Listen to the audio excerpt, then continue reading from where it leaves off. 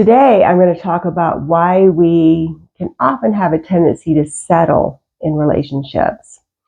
So, as I always like to reiterate, I've been there, I've done that, I've been in those bad relationships because, we'll talk about abandonment issues another time, right? It can be really scary to be alone, and we'll settle just for being in a not great relationship in order to not be alone.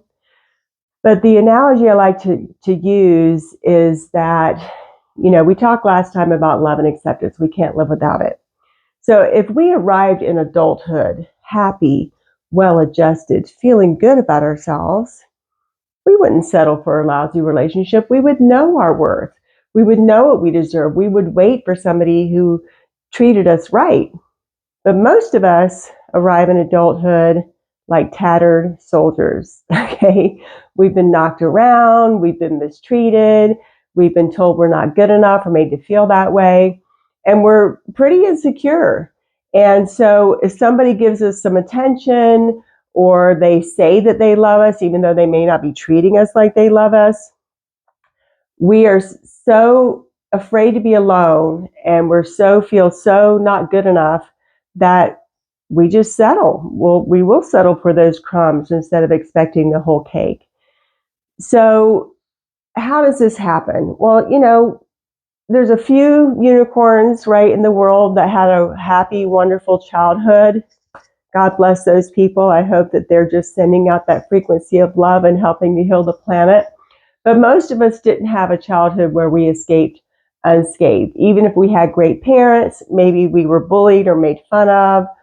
Maybe we, if we were, usually a boy, we were terrible at sports, or a girl may have been overweight, or, you're ugly and your mother dresses you funny, whatever the case may be.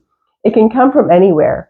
Or we have parents that had issues and they never dealt with their issues, and then they are maybe being passive aggressive with us, withholding of love, having a perfectionist standard, or having anger issues that they can't control. However it happens, we often, so many of us do get damaged and hurt. And we get mixed messages about what love is supposed to look like, what it's supposed to feel like.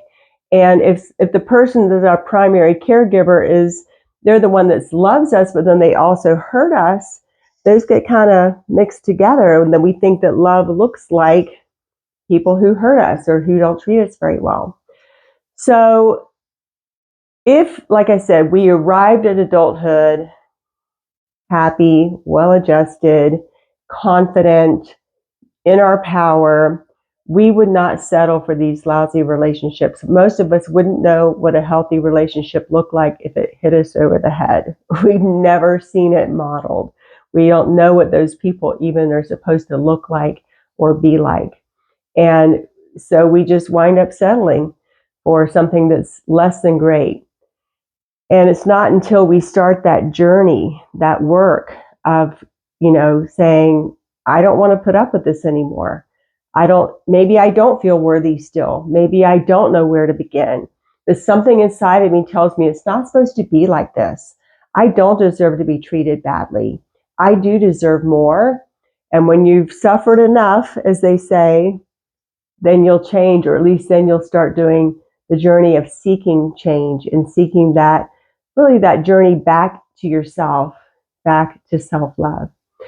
So if you're feeling a little knocked around, a little wounded, a little bit like a tattered soldier, you are in good company. I've been there. So many of us have been there. And I'd love to have you in my school where you can ask your questions, get them answered, and we can do some group processes together to start to heal those things inside of you that do feel unworthy. Heal those so that you're in your power and go, no, I don't let people treat me that way.